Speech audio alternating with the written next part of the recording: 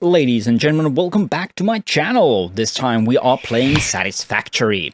Coffee Stain Studio has finally released the game from early access and we get to play the full game experience here. So, welcome to Launch 1.0 Run. I hope we get to see the end game during this playthrough. So, as we begin, we are picking the Northern Forest as our starting location. We will skip the intro as I have done it a couple of times and I don't think they have changed it that much. The run will be called Launch 1.0 and let's go. It is good to be back. So the starting location is in the Northern Forest, and while I have been starting games in here, those have been shorter takes. I have never gone past coal production when starting in that area. So right now we're heading to a good location with iron, limestone and copper. On the way we will pick up as much leaves and wood as possible for power production in the future. Now, on our way, we come upon a crashed pod. They hold hard drives that gives us new building recipes, and the ground is also littered with other goodies. Of course, these areas are always guarded by something, so let's clear this area of any hostiles and get the good stuff out of here. Samples of new alien species acquired. Notable features are blunt teeth, suggesting it is herbivorous, and a thickly plated skull and spine, suggesting it is proficient at inflicting and receiving blunt force trauma. Preserve the remains for later study.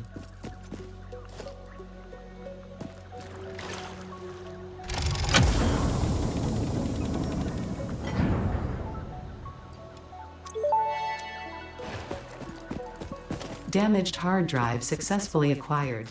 We finally reached our destination. This site is on the northwestern edge of the Northern Forest on the western slopes.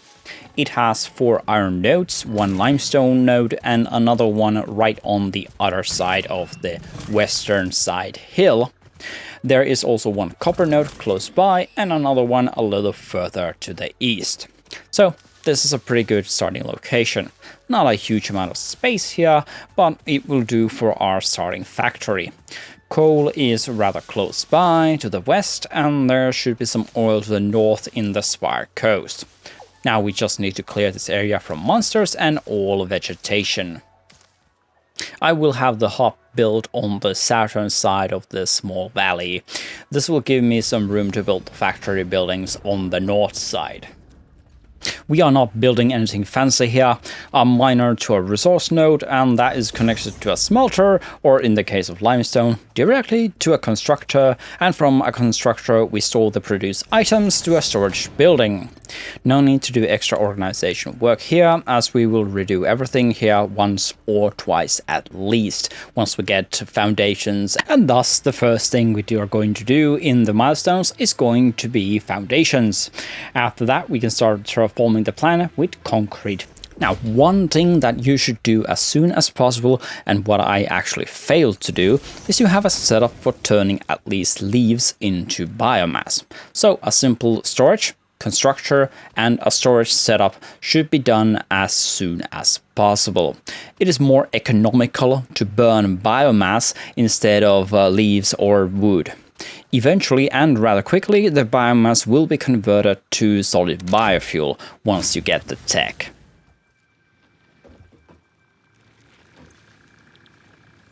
With the materials gathered, we can finish up our first milestone.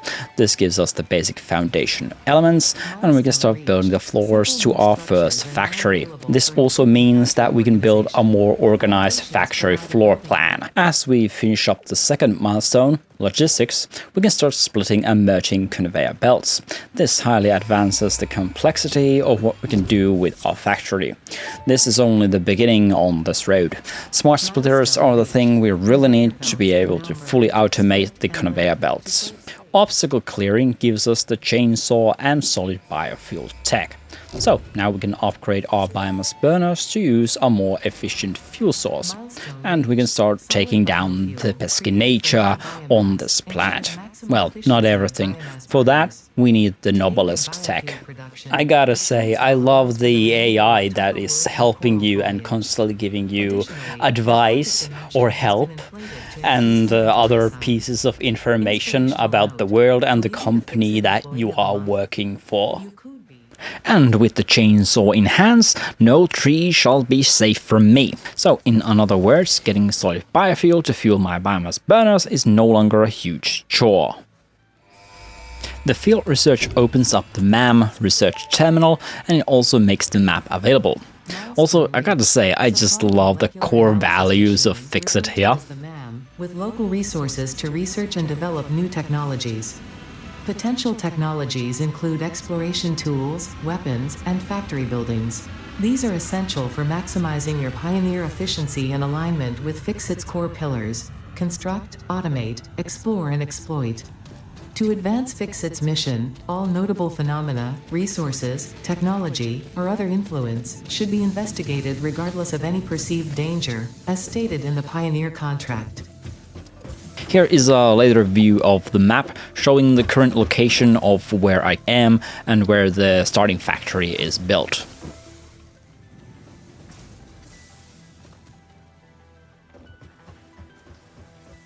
The MAM is where you research all the hard drives and the different alien things you locate on this planet. So here we have some pieces from the hogs and we can research those. You should always do any research you can, because it will usually open up something new in the game. Once the hard drive has been researched, you open it up and you get 2 alternate recipes or upgrades to a character to pick from. If you don't like the options, you can also pick from another set of 2 options, but the first 2 will be locked out from the pool for this hard drive. Over here I'm picking the cast screws, as screw production is a longer process involving iron rods, and this provides me with more screws per minute as well. You also need a lot of these things in the game, so the easier it is to produce these, the better. We also finish up the part assembly, which will allow us to create higher tier items from 2 different sources.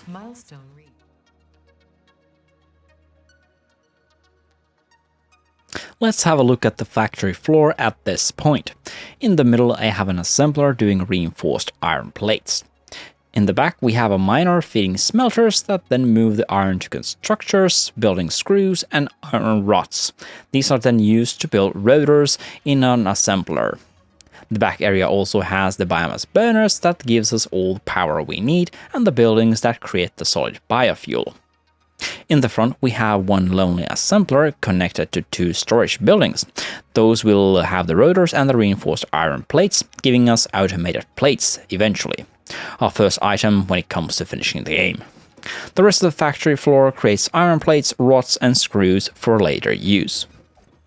Another major and one of the last things we want to have in the beginning of the game is the resource sink milestone. This allows us to build the sink, which is essentially a recycler. It can destroy most items in the game and turns them into Fix-It coupons. Those we trade in the Fix-It shop for building schematics and other goodies.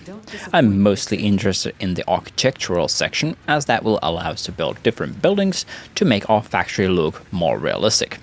This is of course completely optional. I have built a lot of different factories which all look equally horrible with unfinished look. Hopefully this time I can actually make my factories look a little bit more neat. And I believe that concludes this episode. I hope you have enjoyed and will be interested to see the next episode. With that, I hope you all have a pleasant day. Bye for now.